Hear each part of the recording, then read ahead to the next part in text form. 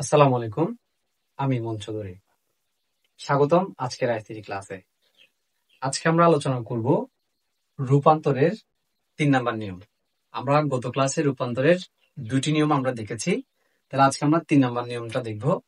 ৩ নম্বর নিয়মটা সহজ করার জন্য আমরা একটা লাইন লিখেছি এভাবে, হেক্সাডেসিমাল থেকে যদি অক্টালে নিয়ে যেতে হয়, কোন সংখ্যা হেক্সাডেসিমাল পদ্ধতিতে আছে ওটাকে অক্টাল পদ্ধতি নিয়ে যেতে হবে।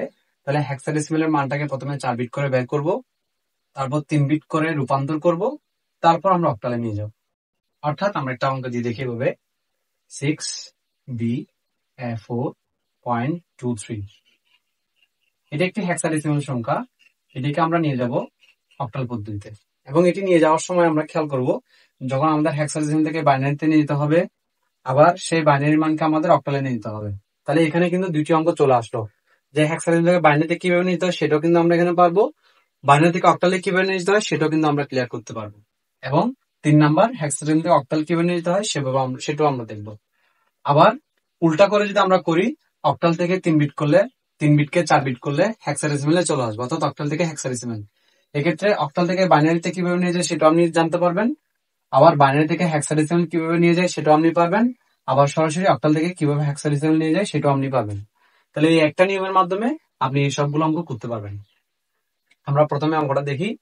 প্রথমে আমাদের লিখতে হবে 6b, আমরা না বুঝলে একটু এভাবে লিখবো ABCDEF, অর্থাৎ হেক্সাডেসিমালে মানে হচ্ছে 10, 11, 12, 13, 14, 15 এইভাবে।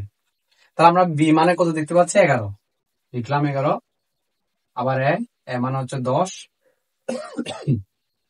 আবার 4.2.3 এভাবে। তাহলে আমাদের প্রথমেই এটাকে 4 বিট করতে হবে, 4 বিট করে আমরা মান বের করবো।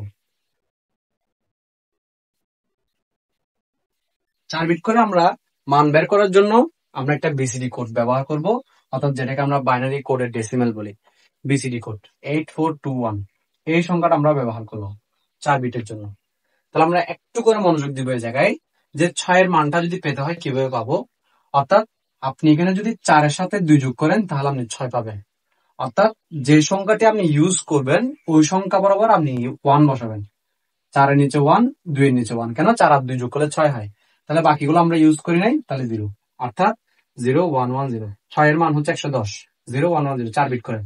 11, তাহলে আপনি এখানে 8, 9, 10, 11, অর্থাৎ 8, 2, 1 এই তিনটি সংখ্যা যোগ করলে 11 পাই। 8, 9, 10, 11, তাহলে আমি 4 ইউজ করি নাই, তাহলে 4 বরাবর 0, অর্থাৎ 11 বা বি এর মান হচ্ছে 1011।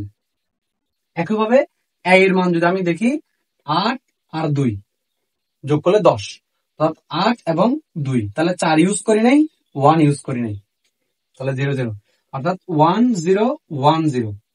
একইভাবে 4 পেতে হলে 4 আছে অলরেডি, তাহলে 4 বরাবর 1 বসাই, বাকিগুলো 0, অর্থাৎ 0100। একইভাবে 2 পেতে হলে 2 আছেই, 1 বসাই, বাকিগুলো 0, তাহলে 0010। একইভাবে 3 পেতে হলে 2 আর 1 যোগ করতে হবে, অর্থাৎ 2 আর 1 যোগ করতে হবে, আর বাকি দুটা 0, তার মানে 0010। তাহলে এভাবে করে আমরা খুব সহজে আমরা বিসিডি কোড ব্যবহার করে এই মানগুলোকে আমরা 4 বিট করে বাইনারি মানে রূপান্তর করতে পারি। এর পরবর্তী কাজ হচ্ছে 4 বিট বের করে ফেললাম, প্রথমে স্টেপ শেষ। এরপর আমরা 4 বিটটাকে আমরা 3 বিট বানাবো। কিভাবে? রেডিক্স পয়েন্ট থেকে ওই পাশে যাব, রেডিক্স পয়েন্ট থেকে এই পাশে আসবো, অর্থাৎ 3 বিট, আবার 1, 2, 3 বিট, এখানে আছে 2 বিট, তাহলে ওই পাশে একটা শূন্য দিয়ে আমরা 3 বিট বানাবো। আবার এদিকে 3 বিট করে আসি, 1 পর্যন্ত 3 বিট, 1, 2, 3, আবার 1 পর্যন্ত 3 বিট, এখান থেকে এই 1 পর্যন্ত 3 বিট, এখানে 3 বিট, আবার 3 বিট, এই যে। তাহলে এখানে একটা বিট রয়েছে, এর পাশে 2টি শূন্য দিলে কিন্তু 3 বিট হয়ে যাবে। এরপর আমরা লিখি মানগুলো 00, 2টা বিট দিলাম, 0 আছে লিখলাম। একইভাবে 110, এখানে হবে 101, এখানে হবে 110, এখানে হবে 100, আবার হবে 100, এখানে হবে 001, এখানে হবে 000, এবং এখানে হবে 10, আর একটা শূন্য দিয়ে 3টা বিট করলাম, এটুকুই। তাহলে এবার আমরা 3 বিটের মানগুলো আমরা লিখবো। এটার জন্য আমরা 3 বিটের জন্য আমরা 4 to 1 ইউজ করব।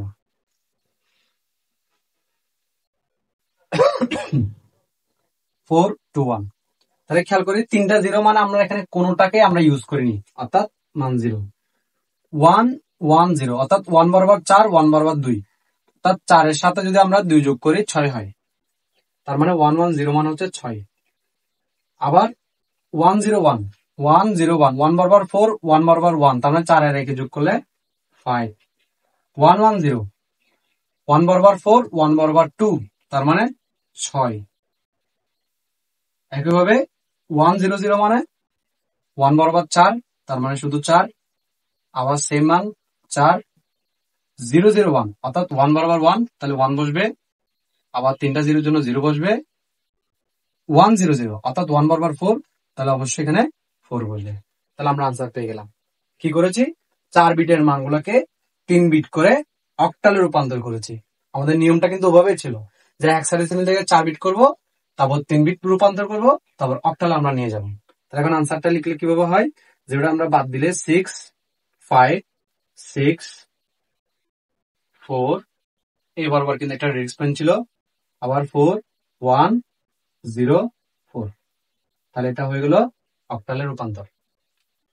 এভাবে করে আমরা খুব সহজেই আমরা অক্টালে রূপান্তর করতে পারি। আচ্ছা, এখন যদি আমরা উল্টাভাবে করি, তাহলে আপনি আরেকটা জিনিস খেয়াল করবেন, যদি আপনাকে শুধু কোশ্চেনটা এরকমই হয় যে হেক্সাডেসিমাল থেকে আপনি বাইনারিতে নিয়ে যান, তাহলে আমাদের জাস্ট এইটুকু করলেই হয়ে যাবে। এইখানে আমাদের বাইনারি আনসারটা চলে আসবে। জাস্ট যে মানগুলো আসলে আমরা লিখে দিলে আনসার হয়ে গেল। আবার যদি এরকম বলে যে বাইনারি থেকে আবার হেক্সাডেসিমাল থেকে অক্টাল তো বললামই অলরেডি, বাইনারি থেকে যদি অক্টাল নিতে বলে, তাহলে বাইনারি থেকে অক্টাল, তাহলে আপনি 4 বিটের মানগুলোকে 3 বিট করে রূপান্তর করলে, অর্থাৎ এই স্টেপটা করলে হবে। তাহলে এই স্টেপটা হচ্ছে হেক্সাডেসিমাল থেকে বাইনারি, আবার এই স্টেপটা হচ্ছে বাইনারি থেকে অক্টাল, এই স্টেপটা। আবার উল্টো করে যদি করি, কোনো মান যদি আমাদের এভাবে দেওয়া থাকে, সাপোজ আমাদের কোশ্চেন এটা আমাদের বললো হেক্সাডেসিমালে নিয়ে যাওয়ার জন্য, তাহলে আমরা কি করব? আমরা জাস্ট এই মানগুলোকে 3 বিট করে বের করব। জিনিসটা উপরে হবে 3 বিট করে বের করব। 3 বিটের মানগুলোকে 4 বিট বানাবো। যেভাবে আমরা 3 বিটের মানকে আমরা 4 বিটের মানকে আমরা 3 বিট বানিয়েছি। একটু করে আমরা জিনিসটা দেখিয়ে দিই। আবার আমি এটা মুছে দিচ্ছি, জাস্ট একটু উল্টা নিয়মটা আমরা দেখাবো। আমাদের কোশ্চেনটা যদি উল্টা হয়, অর্থাৎ 2 3 4 2 6, একদম সহজ একটা প্রশ্ন দিয়েছি, এটাকে আমাদের হেক্সাডেসিমালে নিয়ে যেতে হবে। তাহলে আমাদের সেম নিয়ম, 2 লিখবো, 3 লিখবো, 4 লিখবো, 0.26। 2 এর মান আসবে, 3 এর মান আসবে, 4 এর মান আসবে, 2 এর মান আসবে, 6 এর মান আসবে। কত বিট করে আসবে? 3 বিট করে আসবে। 4 2 1 ব্যবহার করব।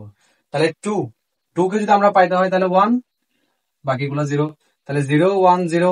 একইভাবে 3 এর জন্য আমরা পাচ্ছি 0 1 1, 4 এর জন্য পাচ্ছি 1 0 0, 2 এর জন্য পাচ্ছি 0 1 0, 6 এর জন্য পাচ্ছি 4 2 6 1 1 0। তো জাস্ট আমরা এখন 4 বিট বানাবো। আমাদের কথা ছিল 3 বিটকে এখন কত বিট বানাতে হবে? 4 বিট। তাহলে 4 বিট কিভাবে বানাবো? 3 বিট আছে, এখানে একটা বিট নিলাম 4 বিট, 2 বিট আছে, আরো 2 বিট দিব, 0 দিব, 4 বিট হবে। তাহলে এখান থেকে 4 বিট 4 বিট 4 বিট। তাহলে এখানে আছে অলরেডি একটা বিট, আপনি আরো 3টা শূন্য দিয়ে 4 বিট বানান। এখানে লিখতে 1 0 0 1, এখান থেকে হবে 1 1 0 0, এখানে হবে 0 1 0 1, আর এখানে হবে 1 0, সামনে আরো 2টা 0। তাহলে এই 4 বিটের মান হচ্ছে 0 এবং 101।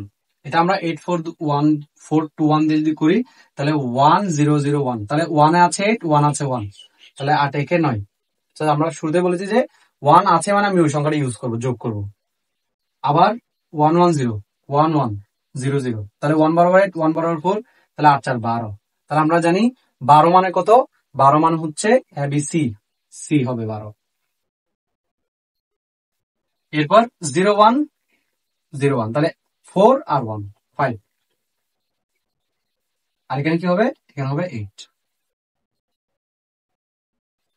আসি, তাহলে আমাদের মানটা হবে এরকম 9 0 চাইলে লিখতে পারি, বাদ দিতে পারি 9 সি, 12 লেখা যাবে না যেহেতু হেক্সাডেসিমাল, সি তারপর হচ্ছে রেডিক্স পয়েন্ট 5 8।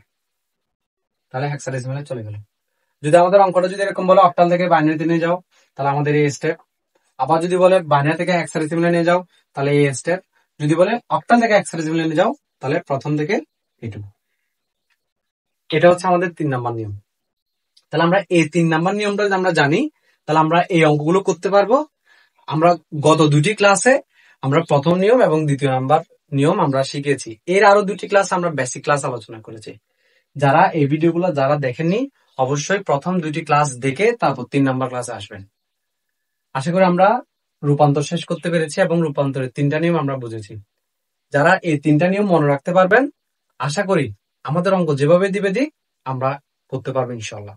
সবাই ভালো থাকবেন, সুস্থ থাকবেন। আগামী ক্লাসে আবার দেখা হবে ইনশাল্লাহ।